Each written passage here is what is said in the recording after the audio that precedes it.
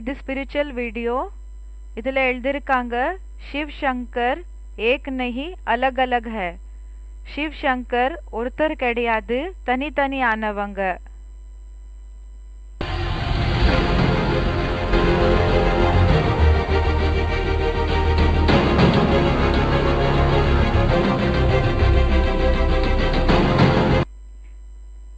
कहते हैं शिव शंकर परंतु है अलग अलग, फिर कैसे बन गए एक? जाने संपूर्ण रहस्य. அப்படின்னா சிவசங்கர் தனித்தனியானவங்க, ஆனா செப்பரேட் ஆனவங்க, ஆனா எப்படி ஒன்னாயிட்டாங்க, இந்த ரகசியத்தை புரிஞ்சுக்கோங்க. शंकर शरीरधारी है और शिव बाबा निराकारी है. சங்கர் शरीरधारिயா இருக்காங்க, சிவன் निराकारिया இருக்காங்க. शंकर अलग आत्मा है. शंकर तनियाना आत्मा, सेपरेटाना आत्मा. जिन्होंने आत्मा को अलग अलग करके देखा है, देह के आधार पर नहीं देखा है. யாரு ஆத்மாவை தனித்தனி ஆக்கியிருக்காங்க, பார்த்திருக்காங்க, தேகத்தை பார்க்கல செப்பரேட்டாக. ये आत्मिक रूप में दोनों आत्माएं अलग अलग हैं. இந்த ஆத்மிக ரூபத்துல எப்படின்னா ரெண்டு ஆத்மாக்கள் கூடயும் தனித்தனி ஆனவங்க. एक आत्मा जिसका नाम ही शिव है. ஒரு ஆத்மா அவங்களோட பேரே சிவனா இருக்குது. मेरी बिंदी का ही नाम शिव है. என்னோட பிந்தினோட பேரே சிவனன்னு சொல்றாங்க. और दूसरी दुनिया में कोई आत्मा नहीं है. பிறகு பாபா சொல்றாங்க உலகத்துல எந்த ஆத்மாவும் இப்படி இல்ல जिसकी आत्मा का नाम हो. அவங்களோட ஆத்மாக்கு பேர் இருக்கிற போல இல்லவே இல்லன்னு சொல்றாங்க. शंकर का भी नाम शरीर के ऊपर है, या आत्मा का नाम शंकर है. शंकருக்கு கூடயும் பேரு शरीरத்துக்கு பேரா இல்லன்னா ஆத்மாவினோட பேர் இருக்குமா? ஆத்மா शरीर का नाम शंकर है. शरीरத்துக்கு பேரு शंकरा இருக்குது. सदा शिव निराकारी निर्विकारी निरहंकारी सदा रहने वाला. सदा शिवन निराकारी निर्विकारी निरहंकारी ஆக சதா இருக்கக்கூடியவர். अभोक्ता है, अकर्ता है, अजन्मा है, अचिन्त्य है. अभोक्ता இருக்காங்க, अजन्मा இருக்காங்க, चिंतन भी नहीं कर सकते, इतना सूक्ष्म है. அவங்கள பத்தி சிந்தனை கூடயும் பண்ண முடியாது, அந்த அளவுக்கு அவங்க நுணுக்கமானவங்க, சூக்ஷ்மமானவங்கன்னு சொல்றாங்க. गीता में भी लिखा अणुयान समनुस्मरित. கீதையில கூடயும் இந்த ஸ்லோகத்தை சொல்லிருக்காங்க இல்லையா, அணு அணியான்னு சொல்லி अणु से भी अणु, अणु से भी अणु के अनेक भाव करते जाओ. तो இப்போ அணு இருக்கு இல்லையா, இந்த துகள் இருக்கு, அதுல அத நிறைய பாகங்களை ஆக்கிட்டாலும் கூடயும் से भी अणु है. அந்த ஒரு அணு என்ன இருக்குதோ அதுல கூடயும் அணு ஆயிருக்காங்க. அப்படின்னா அவ்வளவு சூக்ஷ்மமானவங்க ஆயிருக்காங்க. उसका तो उन मनुष्यों की गीता में भी ये गायन है. அவங்களுக்காக அந்த மனிதர்களினோட கீதையில கூடயும் மகிமை இருக்குது. एक शब्द दिया हुआ है, ஒரு வார்த்தைய கொடுத்திருக்காங்க, प्रवेष्टुम. प्रवेष्टुम. मैं प्रवेश करने योग्य हूँ. நான் பிரவேಶ பண்றதுக்காக தகுதியோடையவன் ஆயிருக்கிறேன். जब प्रेत आत्माएं प्रवेश कर सकती हैं, எப்போ பிரேத் ஆத்மாக்கள் அப்படின்னா பூத பிரேத ஆத்மாக்கள் பிரவேசம் பண்றாங்க, देव आत्माएं मनुष्यों में प्रवेश कर सकती हैं, தேவ ஆத்மாக்கள் மனிதர்களுக்குள்ள பிரவேசம் பண்ண முடியுது. तो क्या परमात्मा नहीं प्रवेश कर सकता? அப்ப என்ன பரமாத்மால பிரவேசம் பண்ண முடியறது இல்லையா? जब सुप्रीम सोल बाप जो जन्म मरण के चक्र से न्यारा है, எப்போ சுப்ரீம் சோல் அப்பா யாரு ஜனன மரண சக்கரத்திலிருந்து அப்பாற்பட்டவராயிருக்காங்க, तो उनमें प्रवेश करता है. அவங்க அவங்களுக்குள்ள பிரவேசம் பண்றாங்க. उनमें प्रवेश करके सारी मनुष्य सृष्टि का जगत का गुरु बनता है।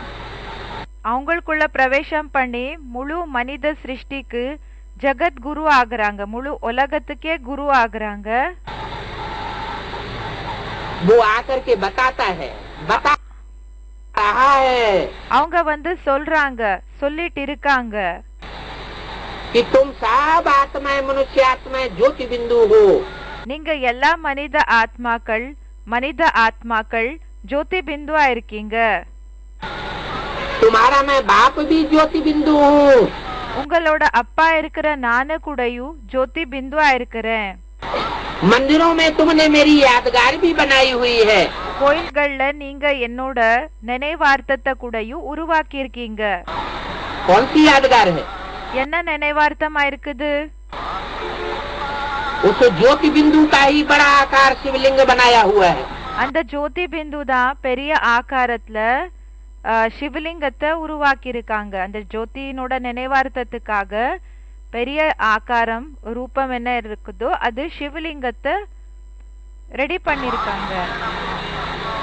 वो शिवलिंग सिर्फ भारतवर्ष में ही नहीं मान्यता प्राप्त है. அந்த சிவலிங்கத்துக்கு வெறும் பாரத்ல தான் முக்கியத்துவம் கொடுத்திருக்காங்க, பிரெஃபரன்ஸ் அவங்களுக்கு இங்க பாரத்ல தான் கொடுத்திருக்காங்க என்றதில்ல. विदेशों में भी जो खुदाइयां हुई हैं, விதேசத்துல கூடயும் அகழ்வாராய்ச்சி என்ன நடந்திருக்குதோ उन खुदाइयों में वो शिवलिंग मिलता है. அந்த அகழ்வாராய்ச்சியில கூடயும் அந்த சிவலிங்கம் கிடைச்சிருக்குது. उसमें कहीं कहीं मुख भी दिखाए जाते हैं. அங்க எப்படி என்ன சில இடங்கள்ல முகங்களை கூடயும் காமிக்கப்பட்டிருக்குது. क्योंकि वो आकर के ज्ञान सुनाता है. ஏன்னா அவங்க வந்து ஞானத்தை சொல்றாங்க. मुख से ही ज्ञान सुनाएगा. வாயால தான் ஞானத்தை சொல்லப்படுகிறது. कोई में प्रवेश करके ही ज्ञान सुनाएगा. இப்போ ஒருத்தருக்குள்ள பிரவேசம் பண்ணி தான் ஞானத்தை சொல்லப்படுவாங்க அப்படின்னா சொல்வாங்க. वो एक ही आत्मा है जिसे अंग्रेज लोग कहते हैं सुप्रीम गॉड फादर. பாபா சொல்றாங்க அந்த ஒரு ஆத்மா தான். அவங்களுக்காக இங்கிலீஷ்காரங்க என்ன சொல்றாங்கன்னா सुप्रीम गॉड फादर. क्या? सुपरमेसी वाला फादर जिसका कोई फादर नहीं. சுப்ரமசி இருக்கக்கூடிய ஃபாதர், அவங்களுக்கு யாருமே அப்பா கிடையாது. हिंदुओं में उसे कहते हैं शिव. ஹிந்துஸ் என்ன சொல்றாங்கன்னா அவங்களுக்கு சிவனன் சொல்றாங்க. मुसलमानों में उसे कहते हैं खुदा. முஸ்லிம்ஸ்ல அவங்களுக்கு என்னன்னு சொல்வாங்கன்னா खुदाன்னு சொல்வாங்க. क्योंकि वो खुद ही आता है. ஏன்னா அவங்க स्वयமே வராங்க. इस सृष्टि रूपी रंगमंच पर. இந்த சிருஷ்டி ரூபி நாடக மேடை மேல பாபா சொல்றாங்க அவங்க स्वयமே வராங்க. अणोअणियान् सम्मनुस्मरेत्य. क्या? जो अणो अणियान सम्मनुस्मरेत्यः. अणु से भी अणु अति सूक्ष्म है. அவங்க அணுல இருந்தையும் அணு அப்படின்னா துகள் என்ன இருக்குதோ அதை விட நுணுக்கமான துகள். ऐसी छोटी बिंदी. அப்படிப்பட்ட சின்ன பிந்தி. क्या? என்ன? बिंदु की लंबाई चौड़ाई होती है क्या? பிந்துவினோட மெஷர்மெண்ட் பண்ண முடியுமா? எந்த அளவுக்கு நீளமா இருக்குது அகலமா இருக்குது இது பார்க்க முடியுமா என்ன? नहीं होती है ना. ஆகாது இல்லையா? कितना भी छोटे से छोटा बनाते जाओ. எந்த அளவுக்கு வேணும்னாலும் அத சின்னதாக ஆக்கிட்டே போங்க.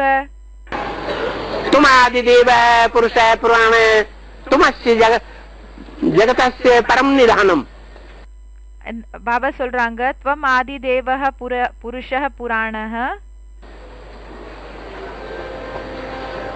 इस जगत का परम निधान परम आश्रय तुम हो.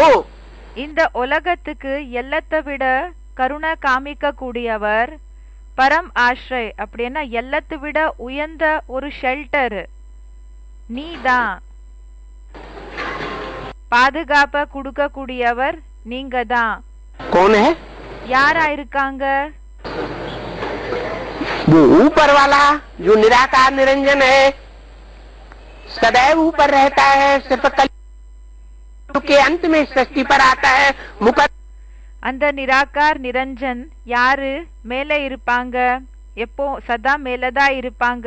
இந்த உலகத்துல இருக்கிறது இல்ல, இந்த உலகத்துக்கு கலியுகத்தினோட கடைசியில தான் வராரு. रथ में वो तो इस जगत का आधार नहीं है। முக்கர ரத்தத்துல அப்போ பாபா சொல்றாங்க அவங்க இந்த ஜகத்துக்கு ஆதாரம் கிடையாது. सदैव आधार नहीं है, वो सिर्फ संगम युग में आता है। அவங்க சதா ஆதாரம் கிடையாது, அவங்க வெறும் சங்கம் யுகத்துல வராங்க. सदैव आधार वो है जिसकी हर धर्म में मान्यता है। சதா ஆதாரமாக இருக்கக்கூடியவர் யாருன்னா யாருக்கு ஒவ்வொரு தர்மத்துல கூடயும் முக்கியத்துவம் அப்படின்னா மகத்துவம் கொடுக்கப்பட்டிருக்குது.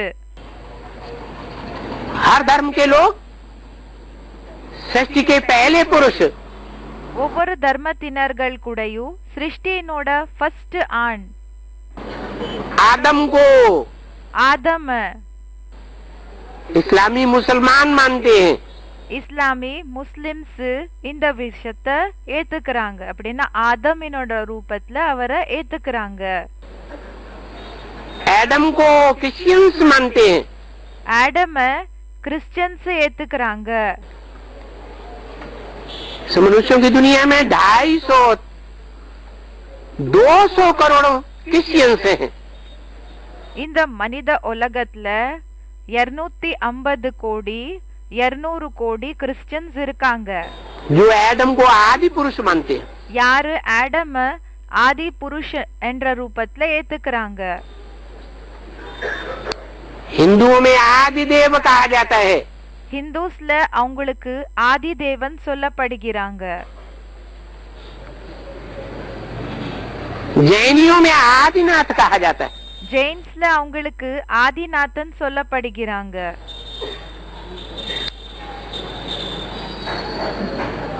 शब्दों में कितना साम्य है। பாபா சொல்றாங்க அந்த வார்த்தைகள்ல எவ்வளவு ஈக்குவாலிட்டி இருக்குது, எப்படின்னா சமமாக இருக்குது அந்த வேர்ட்ஸ் சொல்றாங்க. उस सृष्टि के आदि पुरुष में ही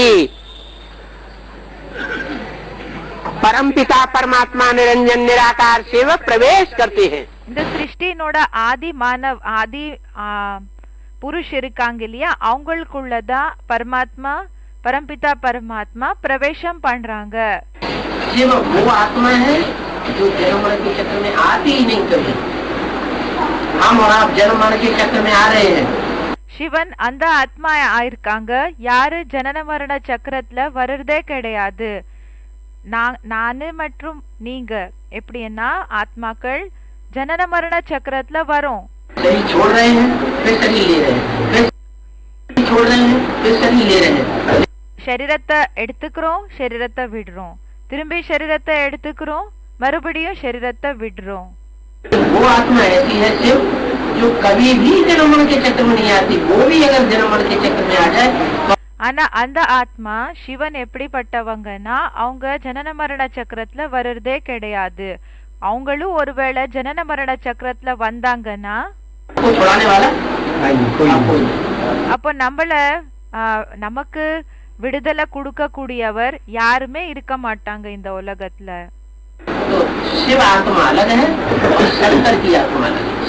அப்போ சிவனோட ஆத்மா தனியானவங்க, சங்கரனோட ஆத்மா தனியானவங்க. சிவனா இருக்காங்க, பரம்பிதா பரமாத்மா, சங்கர் தேவதா இருக்காங்க. 33 கோடி தேவதைகள்ல எல்லாத்தை விட உயர்ந்ததிலும் உயர்ந்த தேவதா இருக்காங்க சங்கர். तो एक है साकार और एक है निराकार. அப்போ ஒருத்தரா இருக்காங்க சாக்கார், இன்னொருத்தரா இருக்காங்க நிராகார்.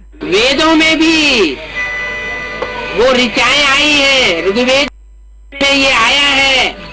வேதங்கள்ல கூடயும் அந்த ரிச்சா இருக்கும் இல்லையா, அப்படின்னா அந்த வேதங்கள்ல இருக்கக்கூடிய மேட்டர்ஸ்ல இந்த விஷயங்கள் வந்திருக்குது. ரிக்வேத் இருக்கு இல்லையா, அதுல இந்த விஷயம் வந்திருக்கு. द्वासुपर्णा सुयजा सखाया समानम वृक्षम अविशस्व जाते. ये शरीर रूप, ये षष्टि रूपी वृक्ष है. இது சிருஷ்டி ரூபமான மரமா இருக்குது. इस षष्टि रूपी वृक्ष पर இந்த சிருஷ்டி ரூபமான மரத்துல दो पक्षी विराजमान है. ரெண்டு பறவைகள் உட்கார்ந்து இருக்குது. एक साकार है ஒன்னு சாக்காரா இருக்குது, और एक निराकार. இன்னொருத்தரு நிராகாரு. एक भोगी है ஒருத்தரு போகியா இருக்காங்க, और एक अभोक्ता है. இன்னொருத்தரு அபோக்தா இருக்காங்க.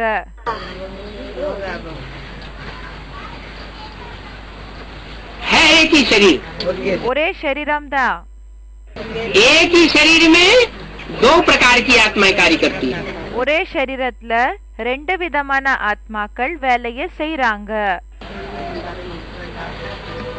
शिव को परम पिता कहेंगे, परम आत्मा तब कहें சிவனுக்கு பரம்பிதான்னு சொல்வாங்க.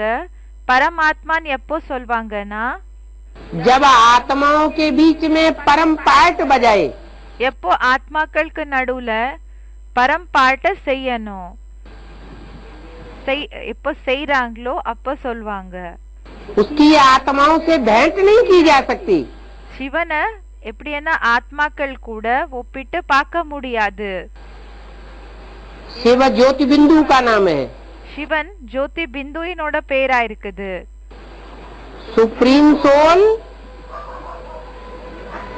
जो जन्म मरण के चक्र से न्यारा है. சுப்ரீம் சோல் யாரு ஜனன மரண சக்கரத்திலிருந்து அப்பாற்பட்டவரா இருக்காங்க. उसका अन्य आत्माओं से तालमेल नहीं बैठाया जा सकता. அவங்களோட கம்பேரிசன் என்றது மற்ற ஆத்மாக்கள் கூட அத அந்த ஈக்குவாலிட்டி செய்ய முடியாதுன்னு சொல்றாங்க. इसलिए उसकी सुपरमेसी भी किसी के साथ नहीं है. அதனாலதான் அவங்களோட சுப்ரமசி என்ன இருக்குதோ அது யாரு கூடயும் ஒப்பிட்டு பாக்குறதுக்கு ஆகறதில்ல, யாரு கூடயும் இணைக்க முடியாது. उस जैसा पार्ट कोई नहीं बजाता. அவங்க போல பாட்டு யாராலையும் பண்ண முடியறதில்ல. इसलिए सुप्रीम सोल कहा जाता है. அதனாலதான் சுப்ரீம் சோல்னு சொல்லப்படுகிறாங்க. बाकी 500-700 करोड़ आत्माओं के बीच में மற்றபடி 500 கோடி 700 கோடி ஆத்மாக்களுக்கு நடுவுல जो सुपरमेसी का पार्ट बजाता है, யாரு சுப்ரமசினோட பாட்ட செய்றாங்களோ, हीरो पार्ट बजाता है, ஹீரோ பாட்ட செய்றாங்க, वो परमात्मा कहा जाता है. அவங்களுக்கு பரமாத்மான்னு சொல்லப்படுகிறாங்க. आत्माओं के बीच में परम ஆத்மாக்களுக்கு நடுவுல பரம் पार्टधारी. பரம் பாட்தாரியா இருக்காங்க. इसलिए அதனால जैसे दो शब्द मिला करके एक कर दिए शिव शंकर, எப்படி ரெண்டு வார்த்தைகளை இணைஞ்சு ஒன்னாக்கிட்டாங்க இல்லையா, சிவ் சங்கர், भोलेनाथ, शिव शंकर भोलेनाथ, ऐसे ही दो टाइटल मिला करके परम पिता परमात्मा कहा जाता है. அதே மாதிரிதான் ரெண்டு டைட்டிலை இணைஞ்சு ஒன்னாக்கிட்டாங்க, பரம் பிதா பரமாத்மான்னு சொல்லப்படுகிறாங்க. परम पिता शिव के लिए यूज हुआ है. பரம் பிதா சிவனுக்காக யூஸ் பண்ணிருக்காங்க, யூஸ் ஆயிருக்குது. और परमात्मा जिस मुकर्रर रथ में प्रवेश करता है, பிறகு பரமாத்மா எந்த முக்கர ரத்தத்துல பிரவேசம் பண்றாங்களோ उस आत्मा के लिए यूज होता है. அந்த ஆத்மாக்காக யூஸ் ஆகுது. दोनों को मिला करके परम पिता परमात्मा पार्टधारी कहा जाता है. ரெண்டு பேரை இணைஞ்சு பரம்பிதா பரமாத்மா என்ற விஷயத்த சொல்லப்படுகிறாங்க. शिव परमात्मा कहते हैं, சிவ் பரமாத்மான்னு சொல்றாங்க, लेकिन ये रंग है. ஆனா இந்த விஷயம் தவறா இருக்குது. शिव परम पिता है, சிவன் பரம்பிதா இருக்காங்க, कोई पिता नहीं. அவங்களுக்கு யாருமே அப்பா கிடையாது. जब कहेंगे परमात्मा எப்போ பரமாத்மான்னு சொல்வோமோ तो आत्माओं के बीच में परम कौन? அப்ப ஆத்மாக்களுக்கு நடுவுல யாரு பரமா இருக்காங்க அப்படின்னா உயர்ந்தவங்க இருக்காங்க.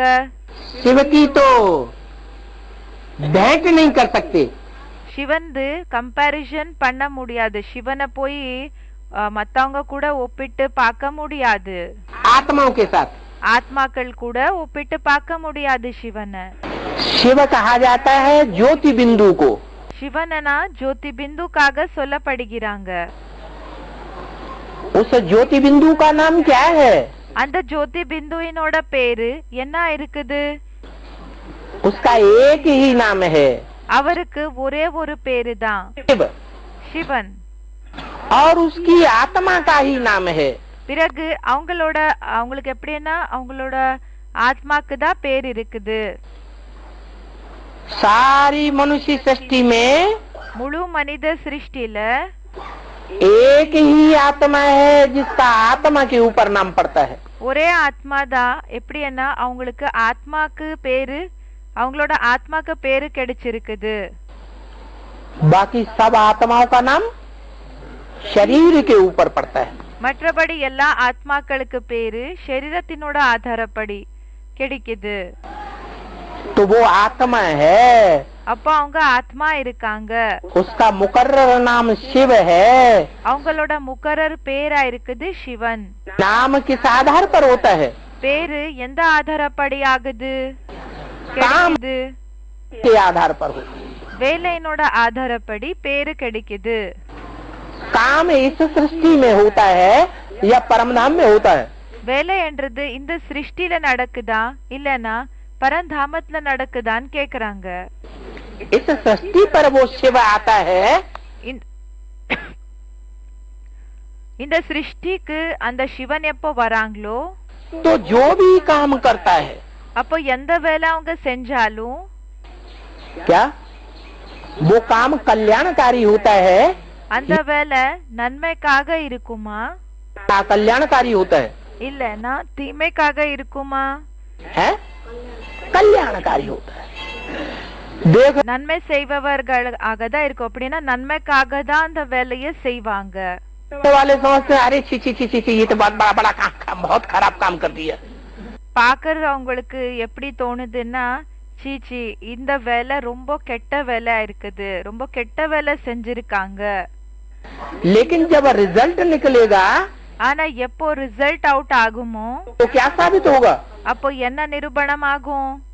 है कि जो भी काम किया என்னன்னா என்ன வேலை செஞ்சிருந்தாலும் कोई भी कर्म इंद्रियों से किया எந்த கர்மேந்திரியங்கள் மூலமா வேணாலும் செஞ்சிருக்கலாம். वो काम का रिजल्ट कल्याणकारी ही आवेगा. अकल्याणकारी नहीं आ सकता. அந்த வேலையினோட ரிசல்ட் கல்யாணக்காரியா தான் இருக்கும். தீமைக்கான வேலை என்ற விஷயம் நிரூபணம் ஆகாது,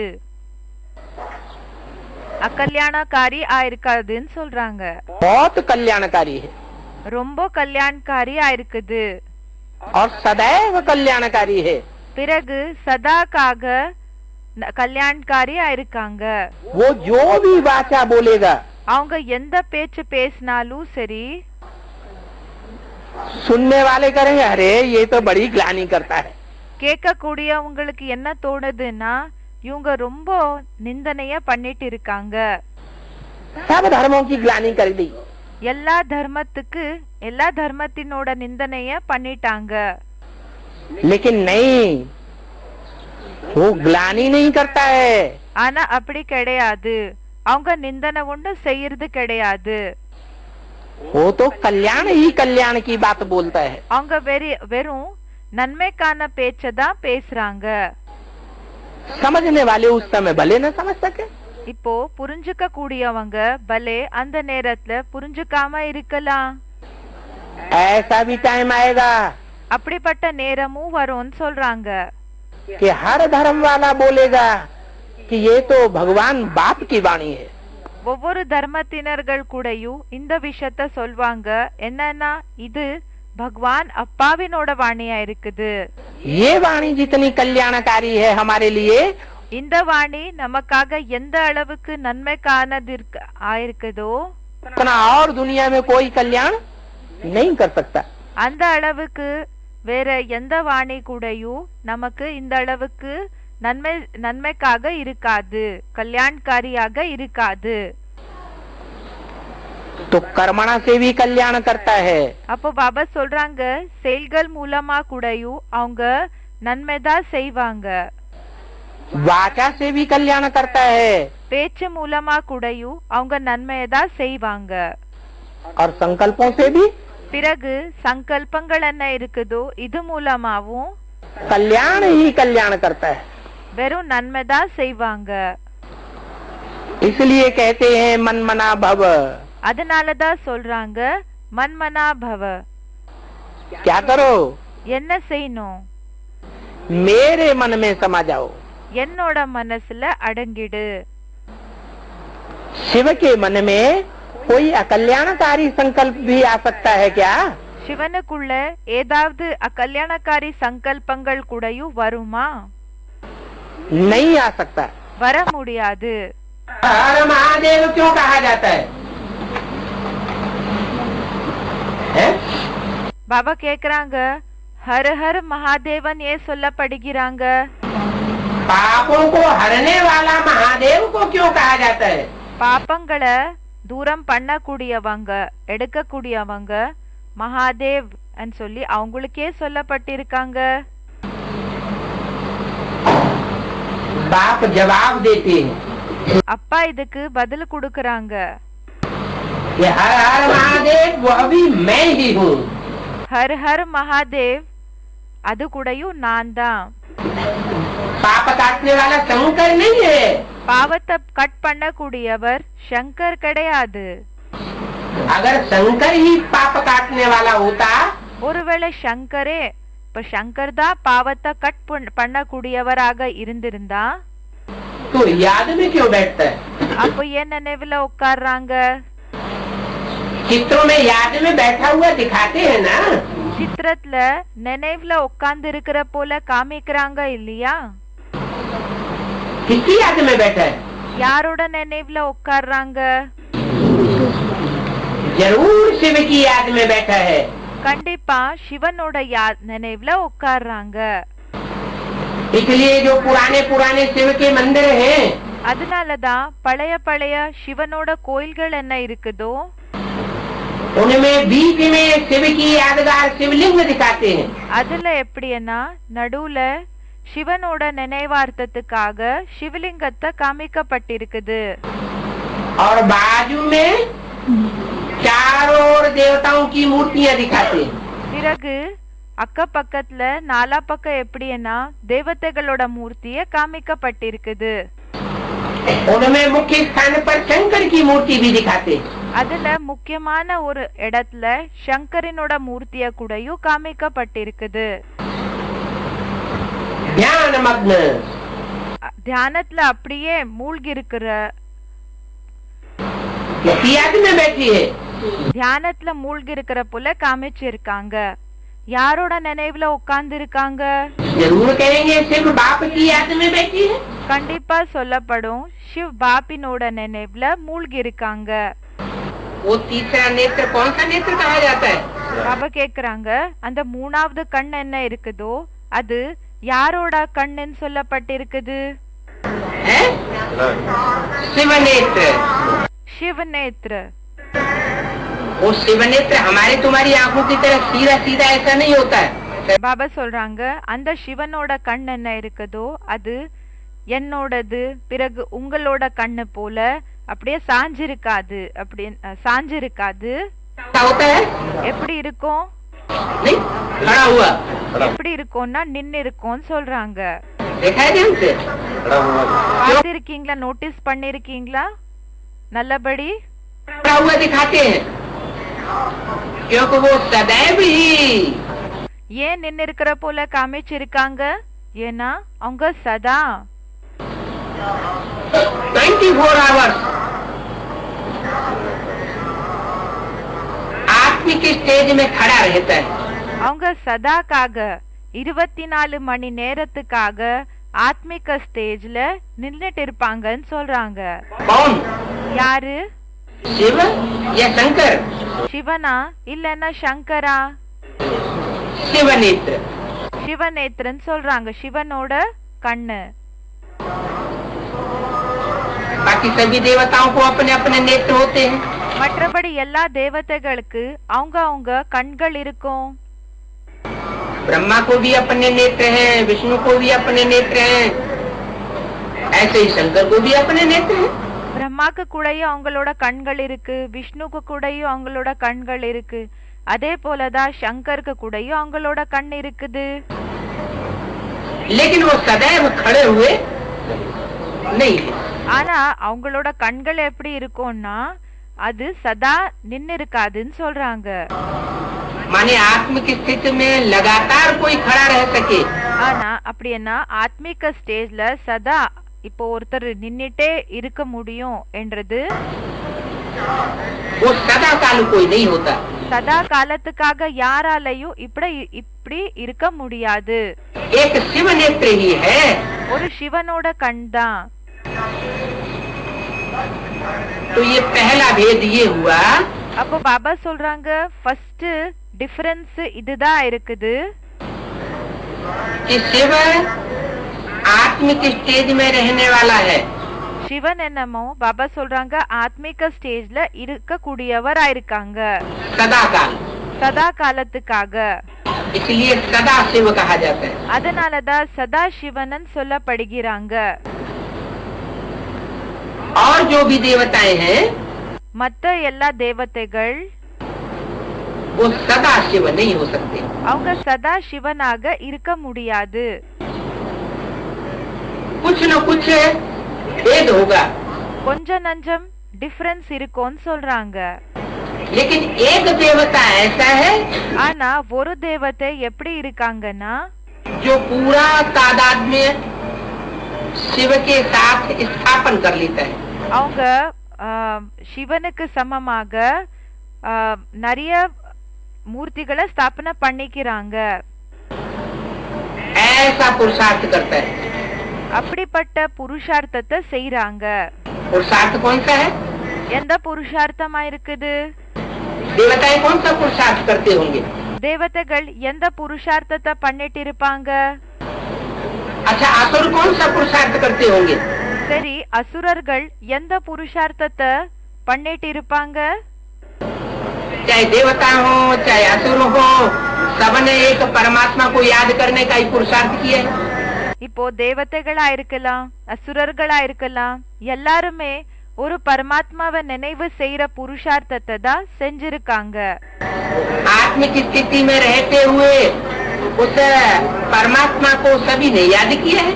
ஆத்மீக ஸ்திதில இருந்து அந்த பரமாத்மாவை எல்லாருமே நினைவு செஞ்சிருக்காங்க. ये तपस्या तो सभी ने की है। இந்த ஒரு தபஸ்யா எல்லாருமே பண்ணிருக்காங்க. तो ये जो तपस्या है, उस तपस्या में एक मूर्ति, இந்த தபஸ்யா என்ன இருக்குதோ இந்த தபஸ்யால ஒரு மூர்த்தி 30 करोड़ देवताओं के बीच में 33 கோடி தேவதைகளுக்கு நடுவுல सबसे तीखी जाती है। எல்லாத்தை விட தீவிரமாக போகிறாங்க. कौन सी मूर्ति? எந்த மூர்த்தி? शंकर की मूर्ति। சங்கரனோட மூர்த்தின்னு சொல்றாங்க. इसलिए शिव और ब्रह्मा को मिला के एक नहीं कर दिया। அதனாலதான் சிவன் மற்றும் பிரம்மாவை இணைஞ்சு ஒன்னாக்கல. शिव और विष्णु को मिला के एक नहीं कर दिया। சிவன் மற்றும் விஷ்ணுவை இணைஞ்சு ஒன்னாக்கல. इसको मिला के एक कर दिया। யாரை இணைஞ்சு ஒன்னாக்கிருக்காங்க? शिव और शंकर को मिला के एक कर दिया। சிவன் மற்றும் சங்கரனை இணைஞ்சு ஒன்னாக்கிருக்காங்க. तो जरूर शंकर जो ध्यान मग्न बैठा हुआ दिखाया जाता है, அதனாலதான் சங்கர் யாரு நினைவுல அப்படியே மூழ்கி இருக்கிற போல என்ன காமிச்சிருக்காங்களோ चित्रों में சித்திரங்கள்ல चरित्र इस बात को साबित करता है। அந்த சரித்திரம் இந்த விஷயத்தை நிரூபணம் பண்ணி காமிக்குது. उस चित्र को साबित करता है। அந்த சித்திரத்தை நிரூபணம் பண்ணி காமிக்குது. की तादाद में स्थापन किया है। அப்படின்னா சிவனுக்கு சமமாக ஸ்தாபனை பண்ணிட்டாங்க. शंकर ने शिव के साथ समानता धारण की। சங்கர் சிவனுக்கு கூட அந்த சமமான ஸ்டேஜ அடைஞ்சிருக்காங்க, தாரணை பண்ணிருக்காங்க. इसलिए शिव और शंकर को मिला दिया गया। அதனாலதான் சிவன் மற்றும் சங்கரனை மிக்ஸ் பண்ணிட்டாங்க, ஒன்னாக்கிட்டாங்க. दुनिया प्रैक्टिकल स्वरूप को मानती है। உலகம் பிராக்டிக்கல் ஸ்வரூபத்தை ஏத்துக்குது. सिर्फ कहने से सुनने से मानने वाली नहीं है। வெறும் சொல்லுறதுனால கேக்குறதுனால ஏத்துக்க கூடியது கிடையாது. गीता में इसके लिए क्या कहा है? क्षेत्र अर्थात शरीर। கீதால என்ன சொல்லிருக்காங்க இதுக்காக? க்ஷேத்ர அப்படின்னா शरीरத்துக்கு க்ஷேத்ரன்னு சொல்வாங்க. मुकर रथ में बाप प्रवेश करते हैं, अर्जुन रथ में प्रवेश करते हैं ना। எந்த முகர ரத்தத்துல அப்பா பிரவேசம் பண்றாங்களோ அர்ஜுனனோட शरीरத்துல தானே பிரவேசம் பண்றாங்க. तो उस क्षेत्र और क्षेत्रज्ञ। அப்ப பாபா சொல்றாங்க அந்த க்ஷேத்ர பிறகு க்ஷேத்ரஜ்ஞ। उस शरीर रूपी ज्ञाता को जो इस सृष्टि रूपी रंगमंच पर पहले नंबर की आत्मा है, उसको जानने वाली पहचानने वाली कौन? அந்த शरीर ரூபமான அப்படின்னா அந்த ஒரு ஃபர்ஸ்ட் ஆத்மா இருக்காங்க இல்லையா இந்த உலகத்துல, அவங்கள புரிஞ்சுக்க கூடியவர் யாரா இருக்காங்க? அந்த शरीरத்தை பத்தி सुप्रीम सोल। Supreme soul. और कोई उसे पहचानता है इस दुनिया में? வேற யாராவது அவங்கள இந்த உலகத்துல தெரிஞ்சுக்கிறாங்களா? तो वो हुआ शिक्षक क्षेत्रज्ञ। அப்ப அவராயிட்டாங்க க்ஷேத்ரஜ்ஞ। इन दो की पहचान मिल गई। இந்த ரெண்டு பேரினோட அறிமுகம் கிடைச்சிடுத்துன்னா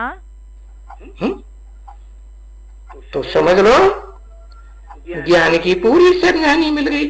அப்போ நினைச்சுக்கோங்க, அப்போ இந்த விஷயத்த ஏத்துக்கோங்க, என்னன்னா ஞானத்தினோட முழு இன்ஃபர்மேஷன் ஞானம் கிடைச்சிடுத்து.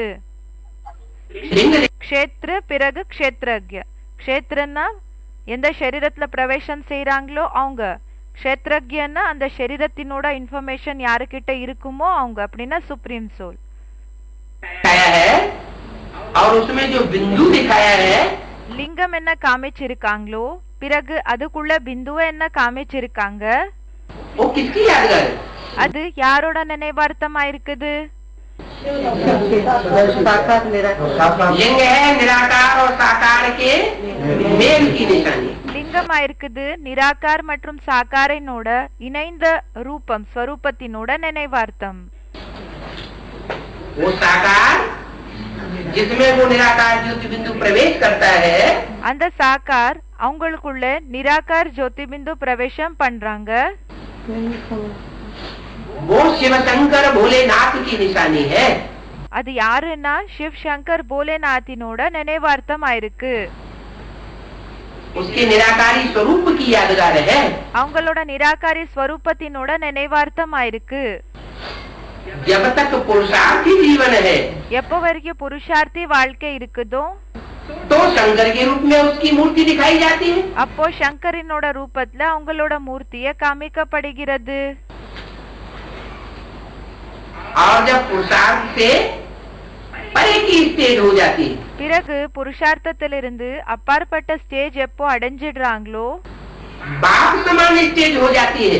அப்பாக்கு சமமான ஸ்டேஜ் எப்போ அடைஞ்சிடுறாங்களோ, जैसे बाप ज्योति बिंदु, எப்படி அப்பா ஜோதி பிந்துவா இருக்காங்க, वैसे बाप का वो बड़ा बच्चा भी அதே போல அப்பாவினோட பெரிய குழந்தையும் सदैव निराकारी स्टेज में स्थित होने वाला சதா நிராகாரி ஸ்டேஜ்ல நிலைக்க கூடியவர் ज्योति बिंदु देखने में आता है, ஜோதி பிந்துவாக என்ன தென்படுறாங்களோ, तो उसकी यादगार है அப்போ அவங்களோட நினைவார்த்தமா இருக்குது शिवलिंग।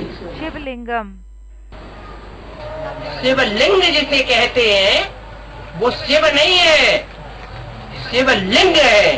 சிவலிங்கன் யாருக்கு சொல்லப்படுகிறாங்களோ அவங்க சிவலிங்க இல்ல, சிவா இருக்காங்க। लिंग में और शिव में अंतर है। லிங்கத்துல பிறகு சிவனுக்கு நடுவுல வித்தியாசம் இருக்குது. शिव बिंदी का नाम है சிவன் பிந்தியினோட பேரா இருக்குது.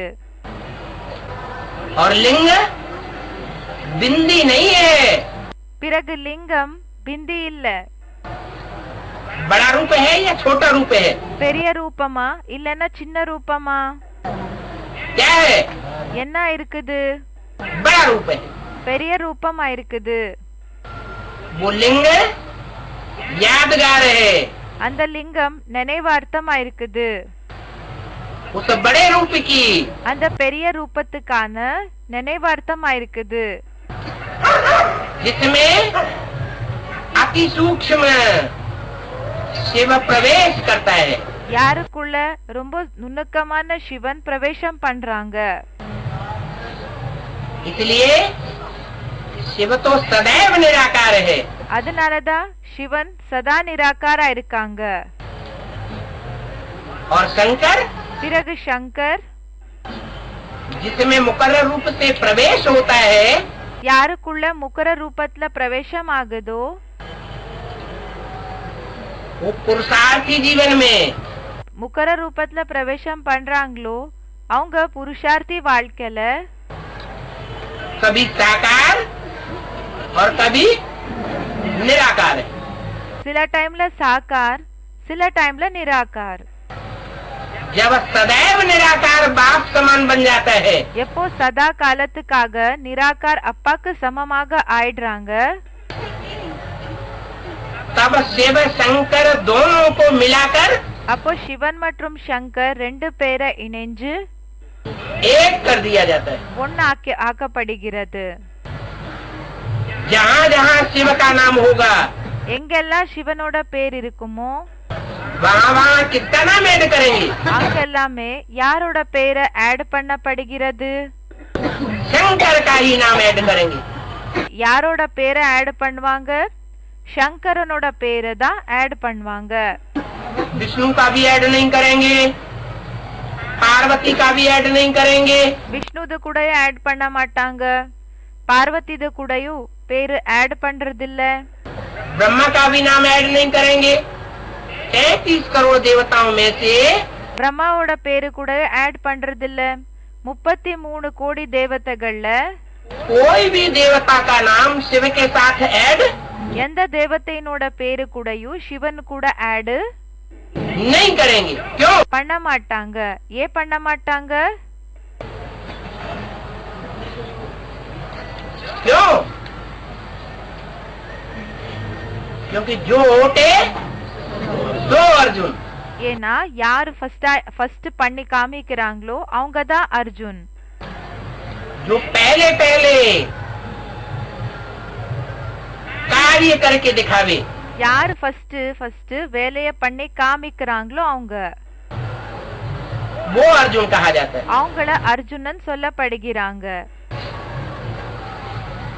इसलिए शिव सदैव निराकार है அதனாலதான் சிவன் சதா நிராகாரா இருக்காங்க.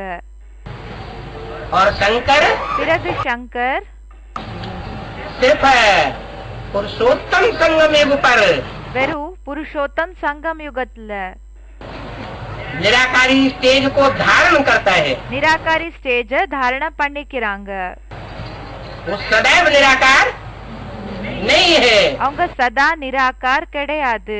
अगर सदैव निराकारी होता ஒருவேளை அவங்க சதா நிராகாரனாக இருந்திருந்தா तो मंदिरों में जो यादगार मूर्तियां बनी हुई हैं, அப்போ கோயில்கள்ல நினைவார்த்தத்துக்கான மூர்த்திகள் என்ன உருவாக்கப்பட்டிருக்குதோ वो मूर्तियां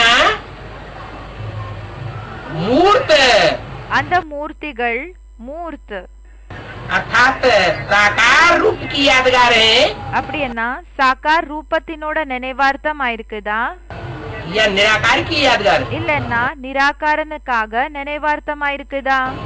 मूर्त माने क्या? மூர்த்தனா என்ன? अमूर्त माने क्या? அமூர்த்தனா என்ன? मूर्त माने साकार, மூர்த்தனா சாக்கார், जिसकी मूर्ति हो। யாரோட மூர்த்தி இருக்குமோ. और अमूर्त माने பிறகு அமூர்த்தனா निराकार। நிராகார். शिव की मूर्ति नहीं बन सकती। சிவனோட மூர்த்தி உருவாக முடியாது. उसका तो नाम ही है शिव। मेरी बिंदी का ही नाम शिव है। அவங்களோட பேரே சிவனா இருக்குது. என்னோட பிந்திக்கு பேரே சிவன். मेरे शरीर का नाम शिव नहीं है। என்னோட சரீரத்துக்கு பேரு சிவன் கிடையாது. जब शरीर में प्रवेश करते हैं எப்போ சரீரத்துல பிரவேசம் பண்றாங்களோ तो नाम बदल जाता है। அப்போ பேரு மாறிடுது. कि बाप समान इस तेज को धारण करने वाला पहली पुरुषार्थी आत्मा जो निकलती है, அப்பாக்கு சமமாக ஸ்டேஜ தாரண பண்ணக்கூடிய ஆத்மா யாரு ஃபர்ஸ்ட் வெளிப்படுறாங்களோ उसका नाम भक्ति मार्ग में शिव के साथ அவங்களோட பேரு பக்தி மார்க்கத்துல சிவன் கூட जोड़ दिया गया। இந்த இணைச்சிருக்காங்க. इसलिए भक्ति मार्ग में शिव शंकर मिलाकर एक कर दिया गया। அதனாலதான் பக்தி மார்க்கத்துல சிவன் மற்றும் சங்கரனை இணைச்சு ஒன்னாக்கிட்டாங்க.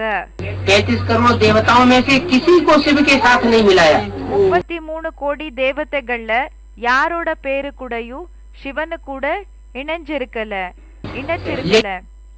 एक शंकर को शिव के साथ ஆனா ஒரு சங்கரனை சிவனு கூட मिला दिया। எப்படின்னா ஜாயிண்ட் பண்ணிட்டாங்க. कृष्ण को शिव के साथ नहीं मिलाया, राम को शिव के साथ नहीं मिलाया, शंकर को கிருஷ்ணர சிவன் கூட ஜாயிண்ட் பண்ணல, ராமர சிவன் கூட ஜாயிண்ட் பண்ணல, के साथ मिला दिया। इसका कारण சங்கர சிவனு கூட இணைச்சிட்டாங்க. இதுக்கு காரணம் होगा कोई? இதுக்கு ஏதாவது காரணம் இருக்கும். कारण यही है शिव के 3 बच्चे, ब्रह्मा विष्णु சிவனுக்கு 3 குழந்தைகள், शंकर। பிரம்மா விஷ்ணு சங்கர். और इन 3 देवताओं में 3 मूर्तियों में बड़ा बच्चा कौन? இந்த தேவதைகள்ல 3 தேவதைகள்ல பெரிய குழந்தை யாரு? शंकर। 33 करोड़ देवताओं में 3 சங்கர். मूर्तियां बड़ी। 33 கோடி தேவதைகள்ல 3 மூர்த்திகள் பெருசானது, ब्रह्मा विष्णु शंकर। பிரம்மா விஷ்ணு சங்கர். और उन 3 मूर्तियों में भी शंकर बड़ा बच्चा। பிறகு அந்த 3 மூர்த்திகள்லயும் சங்கர் பெரிய குழந்தை இருக்காங்க. तो गॉड इज वन, तो बाप का बच्चा भी वन ही होगा। இப்போ காட் இஸ் ஒன், அப்போ காடினோட குழந்தை கூடயும் வந்தா இருப்பாங்க.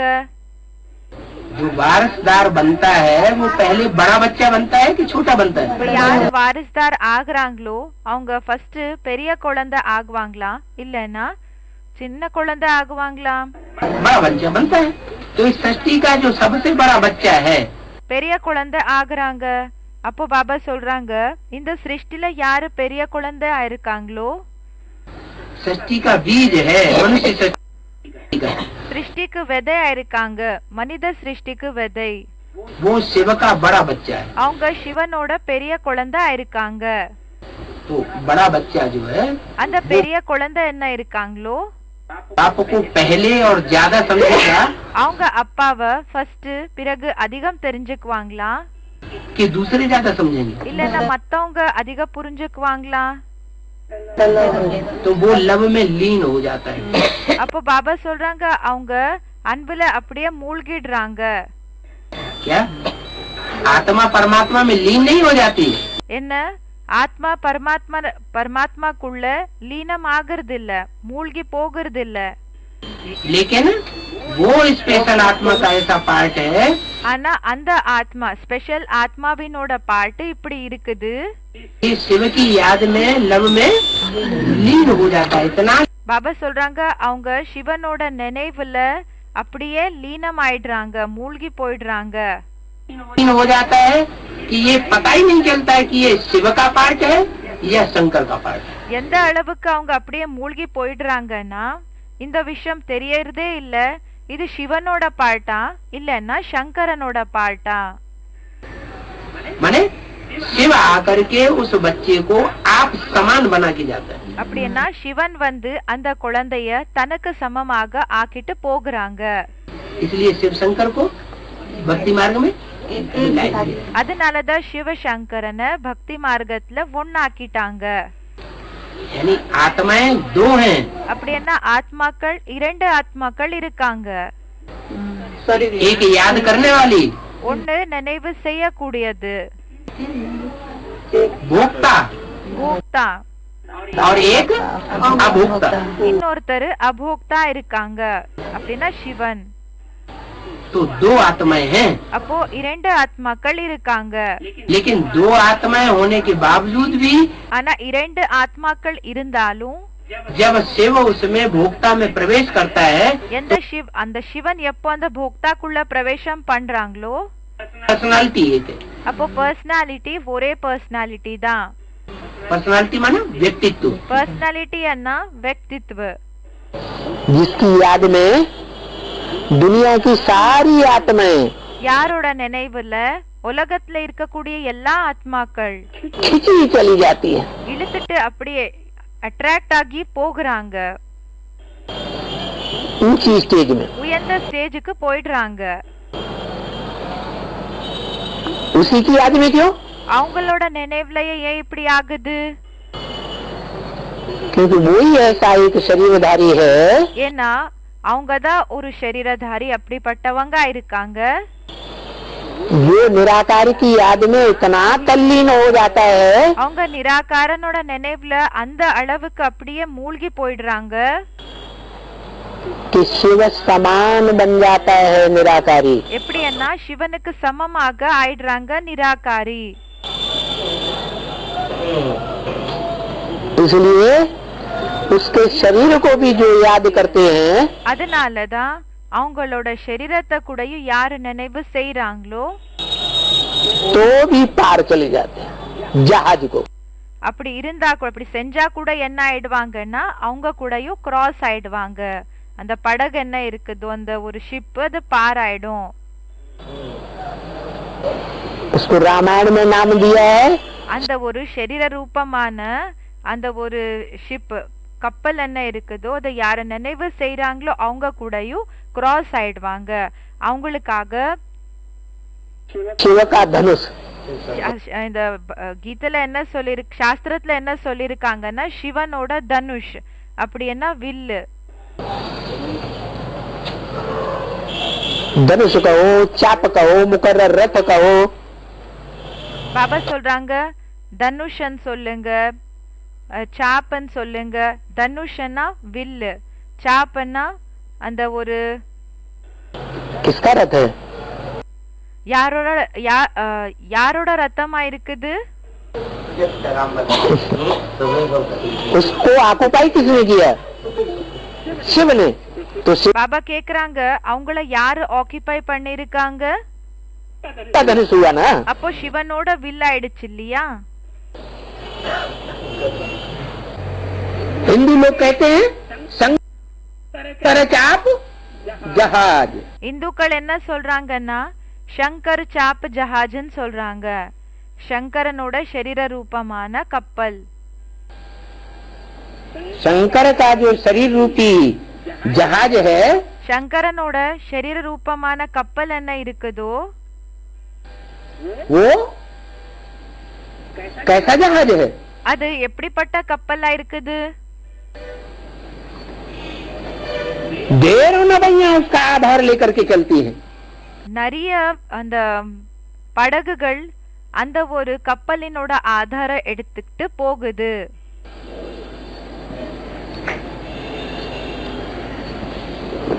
रामायण में लिख दिया शंकर चाप जहाज. ராமாயணத்துல எழுதிட்டாங்க சங்கர சாப் ஜஹாஜ். जे ही चढ़ उतर पार नर. क्या? जई चढ़ी उतरे पार नर. नर माना मनुष्य. नर அப்படின்னா மனிதன், மனிதர்கள். नर जिन्होंने इस दुनिया को नरक बनाया. நரன் யாரு இந்த உலகத்தை நரகம் ஆக்குனாங்க. खुद इस जहाज के ऊपर அவங்க சுயம் அந்த ஒரு படகு மேல आधार ले लेते हैं. யாரு அந்த படகினோட ஆதாரத்தை எடுத்துக்கிறாங்க, அந்த கப்பலினோட ஆதாரம் எடுத்துக்கிறாங்க. तो इस संसार सागर से அப்போ இந்த உலக ரூபமான இந்த ஒரு पार हो जाते हैं। இந்த உலகத்தை என்ன செய்யறாங்கன்னா பார் பண்ணிடுவாங்கன்னு சொல்றாங்க. सगुणै अगुणै नहीं कछु भेदा उभय हरे भव संभव भेदा। निराकार को पहचान लिया तो அப்படின்னா இதுக்கு அர்த்தம் என்னன்னா பாபா சொல்றாங்க நிராகரண நாம தெரிஞ்சுக்கிட்டோம் जो साकार को पहचान लिया। அப்போ என்ன நினைச்சுக்கோங்க, அப்போ என்ன நினைச்சுக்கணும், சாகாரன புரிஞ்சுக்கிட்டோம். साकार को पहचान लिया இப்போ நிராகாரன புரிஞ்சுக்கிட்டோம்னா சாகாரன புரிஞ்சுக்கிட்டோம், சாகாரன புரிஞ்சுக்கிட்டோம்னா तो समझो निराकार को पहचान அப்போ लिया। என்ன நினைச்சுக்கணும், நம்ம நிராகரண கூடயும் புரிஞ்சுக்கிட்டோம் நினைச்சுக்கணும். निराकार से साकार अलग नहीं और நிராகாரில் இருந்து சாகார தனியாக இல்ல, साकार से निराकार अलग नहीं। பிறகு சாக்காரில் இருந்து நிராகார் தனி கிடையாது. इसलिए मुसलमान लोगों ने भी पहचाना इस बात को। அதனாலதான் முஸ்லிம்ஸ் கூடயும் இந்த விஷயத்த தெரிஞ்சுக்கிட்டாங்க. आदम को खुदा मत कहो, आदम खुदा नहीं। ஆதம खुदाன்னு சொல்லாதீங்க, ஆதம் खुदा கிடையாது, பகவான் கிடையாது. लेकिन खुदा के नूर से आदम जुदा नहीं। ஆனா குதாவினோட அந்த பார்வையில இருந்து ஆதம் தூரம் இல்ல. माने एक ही शरीर में दोनों नूर विराजमान है। அப்படின்னா ஒரே சரீரத்துல ரெண்டு ஆத்மாக்கள் கூடயும் உட்கார்ந்து இருக்காங்க. उनको अलग अलग नहीं कर सकते। அவங்கள தனிப்படுத்த முடியாது.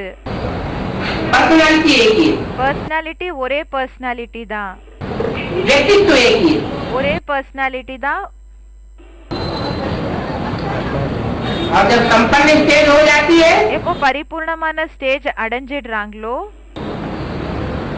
तो आप समान बाप समान स्टेज बनने पर दोनों एक जैसे हो जाते हैं। தனக்கு சமமான அப்பாக்கு சமமான பார்ட் எப்போ ஆயிடுமோ அப்போ ஒன்னாயிடுறாங்க. लाल पत्थर के लिंग में அந்த செகப்பான கல்லினோட லிங்கத்துல हीरा जड़ा हुआ था बीच में। அந்த வைரம் பிக்ஸ் ஆயிருந்தது நடுவுல. वो बीच में हीरा कौन था? பாபா சொல்றாங்க நடுவுல அந்த வைரம் யாரு? सुप्रीम सोल था। சுப்ரீம் சோலா இருந்தாங்க. சுப்ரீம் சோல் அது. लिंग बड़ा रूप साकार की यादगार। பிறகு அந்த லிங்கம் பெரிய ரூபம் சாக்காரனோட நினைவார்த்தம் ஆயிருக்குது. जो साकार की यादगार बनाया गया இந்த சாக்காரனோட நினைவார்த்தத்தை உருவாக்கி இருக்காங்களோ वो गीता में वर्णित क्या है? அவங்க கீதையில அவங்க பத்தி வர்ணனை பண்ணிருக்காங்க. என்ன வர்ணனை பண்ணிருக்காங்க?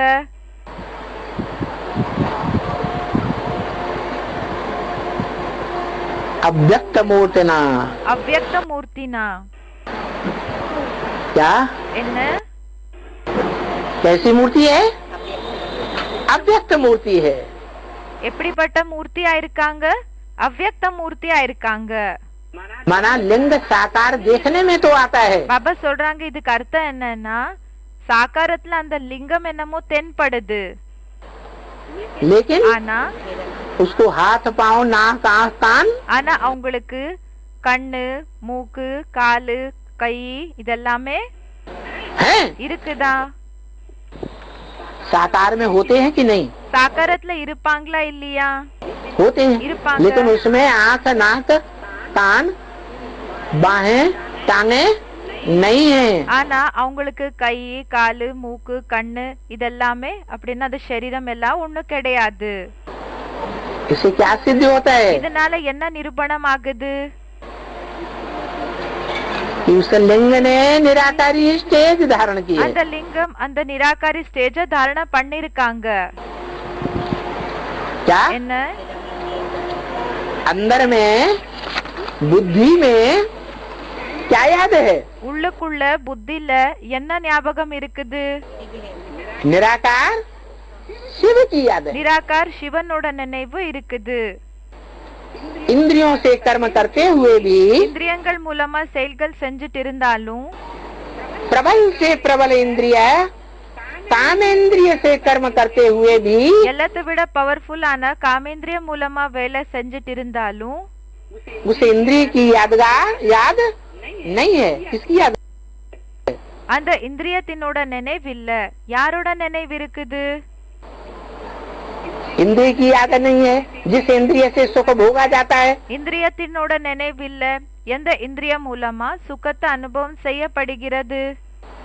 उसकी याद नहीं है, किसकी याद है? அதோட நினைவில்ல, யாரோட நினைவு இருக்குது? निराकार। हाँ, सदा काम अभोगी। நிராகார் எப்பவுமே அபோகியா இருக்காங்க. அப்படின்னா சுகம் துக்கம் என்றது எக்ஸ்பீரியன்ஸ் பண்ணாதவர். हमारे जान सदा शिव जोगी, जो सदैव भोगता है या अभोक्ता है। எப்படின்னா என்னோட சிவன் சதா அபோகி ஆயிருக்காங்க. அவங்க போகியா இருக்காங்களா இல்லைன்னா அபோகியா இருக்காங்களா? अभोक्ता की स्टेज में टिका हुआ है। அபோக்தாவினோட ஸ்டேஜ்ல நிலைச்சிருக்காங்க. ऐसा लिंग அப்படிப்பட்ட லிங்கம் निराकार की यादगार, நிராகாரனோட நினைவார்த்தம். जिसको हाथ पांव नाक आंख कान साकार इंद्रियां, அவங்களுக்கு கை காலு கண்ணு மூக்கு இதெல்லாமே है ही नहीं। இல்லவே இல்ல.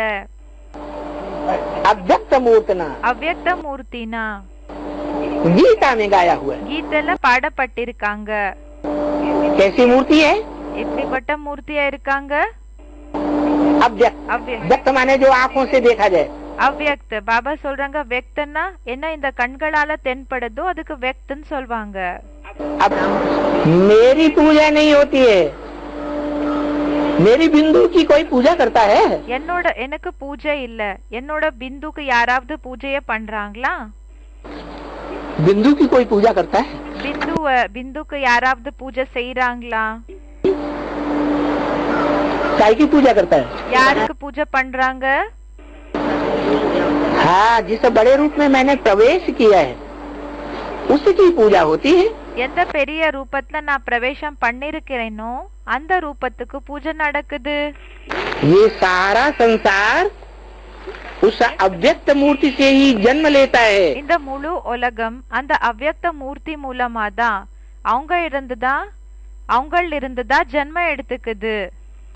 और उसी में समा जाता। பிறகு அவங்களுக்குள்ளேயே அடங்கிடுதுன்னு சொல்றாங்க. जो सत्य है वो ही कल्याणकारी है। யாரு உண்மையானவரோ அவங்க தான் கல்யாண்காரியா இருக்காங்க, நன்மை செய்பவரா இருக்காங்க. सत्य नहीं है तो कल्याणकारी हो ही नहीं सकता। உண்மையானவர் கிடையாதுன்னா நன்மை செய்பவராக இருக்கவே முடியாது.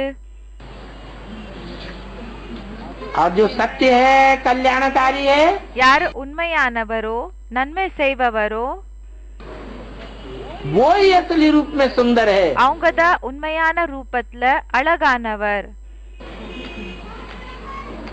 नहीं तो जो गायन है विषरस भरा कनक घट जैसे। இல்லன்னா மகிமை இருக்குது என்னன்னா இந்த விஷம் நிறைஞ்சிருக்கிற ஒரு பானை எப்படி இருக்குன்னா அழகான பானை, ஆனா அதுல விஷம் நிறைஞ்சிருக்குது. सोने का घड़ा हो, அதுக்கு பாபா சொல்லிட்டு இருக்காங்க தங்கமான பானை இருக்குது, और उसमें विष भरा हुआ हो, தங்கத்தினோட பானை ஆனா அதுல விஷம் நிறைஞ்சிருக்குதுன்னா ऐसे ही सुंदर चेहरा दिखाई पड़ेगा। அப்படிதான் முகம் அழகா தென்படும். वो दुखदाई होगा। பாபா சொல்றாங்க ரொம்ப அவங்க துக்கம் கொடுக்க கூடியவராங்க இருப்பாங்க. அப்படிப்பட்டவங்க सुखदाई नहीं हो सकता। துக்கம் கொடுக்க கூடியவங்களாக இருக்க முடியாது.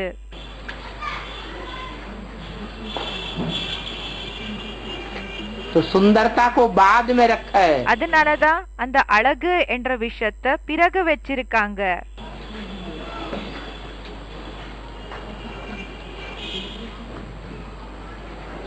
शिवम को बीच में रखा है।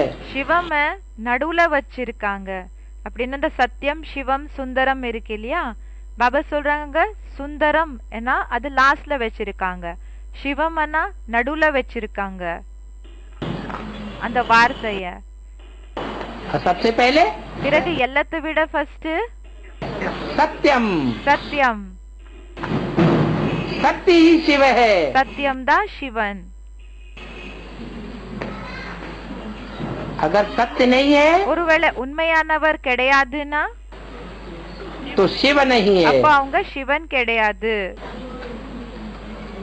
और जो कल्याणकारी नहीं है பிறகு யாரு நன்மை செய்பவராக இல்லைன்னா अकल्याणकारी साबित होता है, அகல்யாணக்காரி என்றது நிரூபணம் ஆகுறாங்க. वो सत्य भी नहीं है। அவங்க உண்மையானவங்க கூடயும் இல்ல. सत्य सदाकाल के लिए होता है। சத்தியம் என்றது சதா காலத்துக்காக இருக்கும்னு சொல்றாங்க. असत्य अल्पकाल के लिए होता है। பொய் என்றது கொஞ்ச நேரத்துக்காக தான் இருக்கும். एक ही है जो संसार में प्रैक्टिकल पार्ट बजाकर ஒருத்தர் தான் யாரு இந்த உலகத்துல பிராக்டிக்கல் பார்ட்ட செஞ்சு सत्यम शिवम सुंदरम साबित होता है। சத்தியம் சிவம் சுந்தரம்னு சொல்லி நிரூபணம் ஆகுறாங்க. बाकी कुछ न कुछ परसेंटेज में आ जाते हैं। மற்றபடி கொஞ்சம் நஞ்சம் பெர்சன்டேஜ்ல வந்துடுறாங்க. हर हालात में ஒவ்வொரு நிலைமையில கூடயும் எல்லா நிலைமையிலையும் तौर तरीके से எல்லா ரூபத்துல பார்த்தாலும் कल्याणकारी साबित नहीं होते। நன்மை செய்பவராக நிரூபணம் ஆகிறதில்ல. वो एक ऐसा है ஆனா அந்த ஒருத்தர் அப்படிப்பட்டவங்க जो हर हालात में அவங்க எந்த ஒரு நிலைமை இருந்தாலும் हर प्रकार के तौर तरीके से எல்லா ரூபத்துல பார்த்தாலும்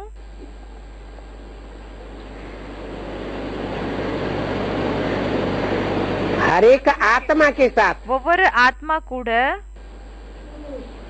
कल्याणकारी ही साबित होता है। நன்மை செய்பவர் தான் என்ற விஷயம் நிரூபணம் ஆகுது அவங்களுக்காக. अकल्याण का नाम निशान नहीं, தீமை என்ற பேரு அடையாளமும் இல்ல. जो बोले सो निहाल। என்ன சொல்றீங்களோ அதுதான் உண்மை. सिख लोगों ने सच्चाई को जास्ती समझा। நீங்க என்ன சொன்னாலும் அது ஓகே தான். இந்த விஷயத்த சீக்கியர்கள் எல்லாத்தை விட அதிக புரிஞ்சுக்கிட்டாங்க. लेकिन बाद में समझा ஆனா பிறகு புரிஞ்சுக்கிட்டாங்க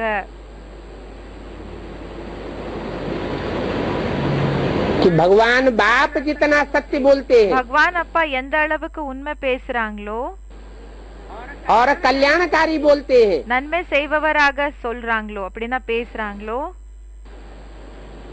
जो कुछ भी बोलते हैं என்ன சொன்னாலும் சரி सुनने में भले थोड़े समय के लिए कोई को कड़ुआ लगे, கேக்குறதுல பலே இப்போ கொஞ்ச நேரத்துக்காக சில பேருக்கு கசப்பாக தோணும், वो भी कल्याणकारी साबित होता है। அவங்க கூடயும் நன்மை செய்பவராதான் நிரூபணம் ஆகுவாங்க. அது கூடயும் நன்மைக்காக தான் நிரூபணம் ஆகும். जो भी करते हैं என்ன செஞ்சாலும் என்னெல்லாம் செய்யறாங்களோ क्योंकि करण करावनहार भी है, ஏன்னா செய்பவர் செய்விப்பவரும் ஆயிருக்காங்க. खुद भी करके दिखाता है சுயமும் செஞ்சு காமிக்கிறாங்க. और बच्चों से भी कराता है। பிறகு குழந்தைகள் மூலமா கூடயும் செய்ய வைக்கிறாங்க. तो जो भी करते हैं कल्याणकारी ही करते हैं। என்னெல்லாம் செய்யறாங்களோ அது நன்மைக்காக தான் சொல்லி நிரூபணம் ஆகும்.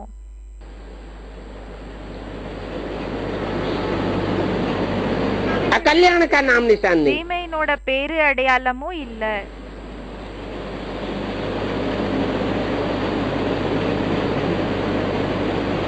सच्चा खाना, உண்மையா சாப்பிடுறது, सच्चा पहनना, உண்மையா என்ன நம்ம ட்ரெஸ்ஸ போட்டுக்கிறோமோ அது,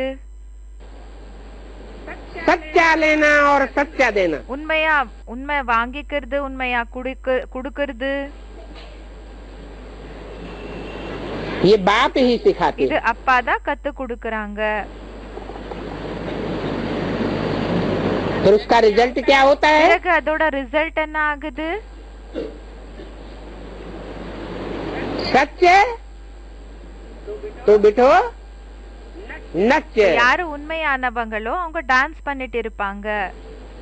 जो जितना सच्चाई से बोलेगा, யாரு எந்த அளவுக்கு உண்மையா சொல்வாங்களோ,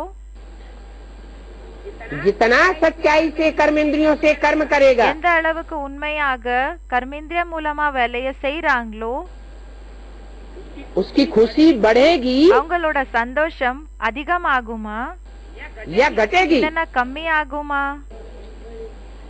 दिन दूनी रात चौगुनी बढ़ती जाएगी। எப்படின்னா பகல்ல 2 மடங்கு, இரவுல 4 மடங்கு அப்படி அதிகரிச்சுட்டே போகும்னு சொல்றாங்க.